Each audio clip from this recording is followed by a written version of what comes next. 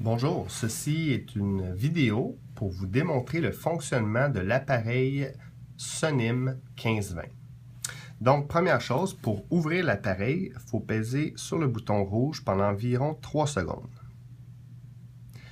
Donc, dans la vidéo, on ne va pas voir toutes les possibilités de l'appareil, mais les fonctionnements qui vous permettront d'être fonctionnels au quotidien. Aussi, on va voir l'utilisation du PTT sur le réseau de Bell Mobilité. Donc, ce qu'il faut savoir, c'est que, premièrement, vous constatez que ce n'est pas un appareil à rabat, donc les touches sont disponibles en tout temps.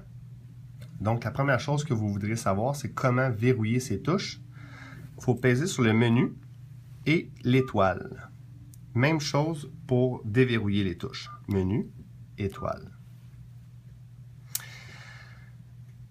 Les fonctionnements du menu est assez simple. Vous avez une touche en haut à gauche et une touche en haut à droite. Ces touches-là font toujours référence aux inscriptions en bas à gauche et en bas à droite. Donc, par exemple, si je veux aller sur le menu, je pèse sur cette touche-ci. Si je veux me déplacer d'une icône à l'autre, j'ai mes flèches ici. Par exemple, si je voudrais aller dans les paramètres, je cliquerai dans le milieu pour le sélectionner. Lorsqu'on rentre dans les paramètres, on voit plusieurs onglets en haut. Si je veux me passer d'un onglet à l'autre, je n'ai qu'à peser sur la touche droite de mon menu. Par exemple, si on veut changer les sonneries, dans Paramètres, la première chose qui va apparaître, vous allez voir que c'est Profil utilisateur. Donc, je n'ai qu'à peser sur cette fonction et plusieurs profils vont apparaître. Par défaut, ce sera le profil général. Si on veut personnaliser ce profil en changeant les sonneries, par exemple, on peut peser sur le bouton Options et Personnaliser. Ensuite, on peut changer les paramètres, le volume, les types d'alerte, etc. Donc, vous suivez toujours les étapes qui sont inscrites à l'écran. Vous sélectionnez parmi les choix proposés. Lorsqu'on a fait nos sélections, si on veut revenir au menu de base, on n'a qu'à peser une fois sur le bouton rouge et cela va nous amener sur la page d'accueil. L'autre chose que vous allez vouloir faire, c'est rentrer des nouveaux contacts. Comment ça fonctionne? Vous n'avez qu'à peser sur la touche en bas de l'inscription « Non ». Si je veux rajouter un nouveau contact, je vais dans l'option « Ajouter nouveau contact ». Et voilà, on peut l'enregistrer sur la carte SIM ou vers le téléphone. Encore là, je suis les étapes en inscrivant les informations qui concernent mon contact. Une chose que je veux vous spécifier, ici, il y a une petite option qui s'appelle le T9. T9, c'est une option de prédiction de texte. Lorsque vous allez inscrire du texte, il va prédire pour vous les mots. Ce n'est pas quelque chose qui est vraiment fonctionnel en français, je vous dirais. Donc, on peut l'annuler, cette fonction-là, en pesant sur le bouton en bas à droite qui s'appelle T9. On peut laisser notre doigt 2-3 secondes et l'option disparaît. Ensuite, on peut tout simplement écrire les lettres comme on voulait les écrire à la base. Une fois les informations de contact entrées, on peut peser sur la touche du milieu qui correspond à l'icône du milieu, qui est une petite disquette indiquant une sauvegarde.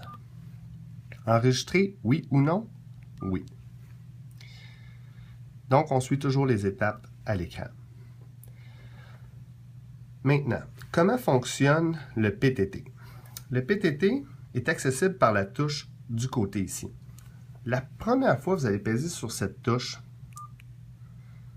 vous n'allez pas arriver dans ce menu-là. Vous allez avoir ce qu'on appelle une ouverture de session. À ce moment-là, c'est pour ouvrir la session, vous allez suivre les étapes à l'écran. C'est assez simple. Mais un coup que la session est ouverte, vous avez ce menu. Par défaut, il y a des onglets en haut, ici. Dans l'onglet en haut à gauche, c'est celui qui va apparaître en premier. Là, présentement, vous ne voyez rien, mais en fait, c'est l'historique des derniers appels qu'on a faits. Mais si on veut accéder au contact, on a juste à peser une fois vers la droite, qui est le menu déroulant de contact, et on sélectionne le contact qu'on veut.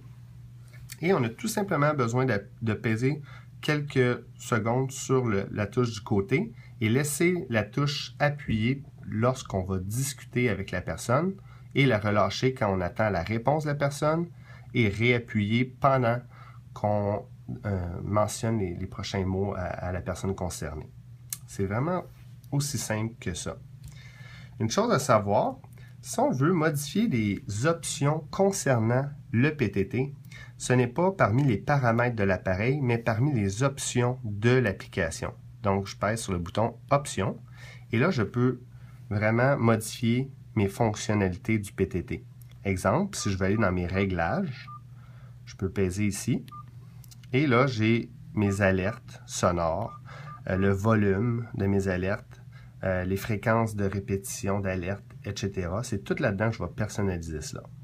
Un coup que c'est fait, si je veux revenir encore une fois à mon menu d'accueil, je n'ai qu'à peser une fois sur le bouton rouge et je suis de retour à mon menu d'accueil. Petit truc de fonctionnalité rapide. Si vous voulez enlever la sonnerie de votre appareil, exemple, vous allez au restaurant ou quoi que ce soit, vous pouvez peser 2-3 secondes sur la touche dièse ici où il y a un haut-parleur et on peut le mettre en mode réunion juste en pesant sur cette touche-là sans aller dans le menu. Vous avez les touches de volume sur le côté ici et vous avez aussi une autre touche ici qui vous permet d'accéder à la caméra parce qu'il y a une caméra sur ces équipements-là. Donc, on a fait le tour des fonctionnalités de base. Si vous avez d'autres questions, vous pouvez rejoindre Alexandre Dubois au 514-923-6202. Merci, au revoir.